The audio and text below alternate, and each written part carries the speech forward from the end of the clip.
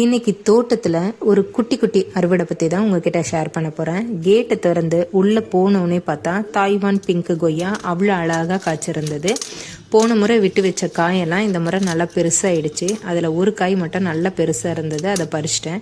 இன்னும் ஒன்று பறிக்கிறதுக்கு தயாராக இருக்கான்னு தொட்டு பார்த்தேன், அது இன்னும் கொஞ்சம் பெருக்கணும்.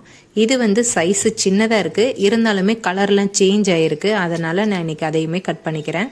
அப்புறம் பார்த்தா காயை மட்டும் பறிக்காமல் நல்லா ஒரு அடி விட்டு நம்ம கட் பண்ணால் அந்த செடியிலேருந்து பக்க கிளைகள் வர்றதுக்கு அதுக்கு ரொம்ப யூஸ்ஃபுல்லாக இருக்கும். அதனால் கட் பண்ணும்போது கொஞ்சம் விட்டு தான் நான் கட் பண்ணுவேன். அப்புறம் மாடி தோட்டத்தில் இந்த கத்திரிக்காய் மிக்சட் கத்திரிக்காய் விதை போட்டு அழகாக மேலேயே க்ரோ பேக்லேயே நல்லா வளர ஆரம்பிச்சது. அதை எடுத்துகிட்டு 2-3 அங்கங்கன்னு தோட்டத்தில் ஊனி வச்சுருந்தேன்.